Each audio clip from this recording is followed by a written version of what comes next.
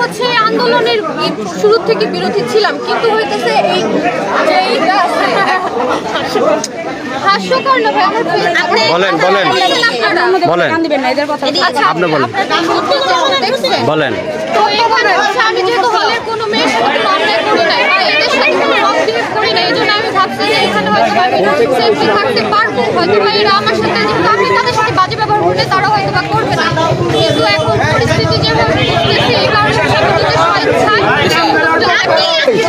মানিকগঞ্জের যে সমস্ত নেতাকর্মী আছে সবাই হচ্ছে এখন পলাতক, তাদের সাথে আমার কোনোভাবে যোগাযোগ নেই। তারা যদি কোনো অপরাধ ঘটায় সেক্ষেত্রে আমি আচ্ছা, আপনি নাকি ম্যাডামের কাছে 2 দিন থাকতে চাইছেন, 2 দিন থাকতে চাওয়ার কারণ কি? 2 দিন থাকতে চাওয়ার না, ওনাকে বলছি ম্যাম আজকে যেহেতু বলছেন তাহলে আমি সবকিছু বুঝে আমি কালকে সকালের মধ্যে তাহলে চলে যাচ্ছি।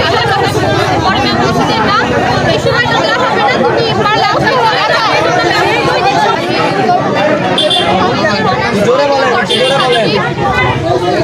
ডিপার্টমেন্ট, আমার নাম জেরিন বিশ্বাস, আমার বাসা সোমপাই, আমার বাবার নাম। আচ্ছা, আরেকটা বিষয়, তুমি যে বিভিন্ন ছাত্রীর কাছে টাকা চাইছো, এইটাই আসলে কি জন্য টাকাটা চাইছো? গতকালকে রাতে আমি ওদের ওই কাগজটা ক্লিয়ার করে দিচ্ছি, সেখানে হচ্ছে ওদের ওয়াইফাই বিল হচ্ছে প্রতিটা এক একটা এক এক রকম বিল হচ্ছে, যেটা 800 টাকার বিল, সেখানে আমি 800 টাকা উঠায় আমরা হচ্ছে চাঁদা দিচ্ছি, মানে ওয়াইফাই বিল আমি যেটা 400 টাকা বিল সেটা 400 টাকা তুলে ওইভাবে দিচ্ছি। আর যে টাকাটা হচ্ছে এখন ওদের আমি বলছি যে তোমরা তাহলে যে কয়টা করে আসে তোমরা ভাগ করে বলো, এইভাবেই এই টাকাটা নেওয়া হয়েছে। আর তার আগে যে টাকাগুলো তোলা হয়েছে অতিরিক্ত টাকা, সেটা হচ্ছে আমাদের উপর যারা হচ্ছে জিনিসটা করে দিচ্ছিল তখনকার সময় ওই নেতাকর্মীদের আমাদের প্রোভাইড করতে হচ্ছে। তারা আচ্ছা, তোমরা ইন্টারনেট শোনো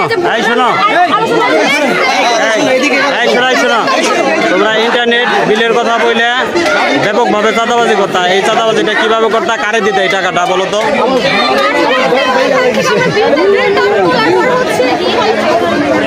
হচ্ছে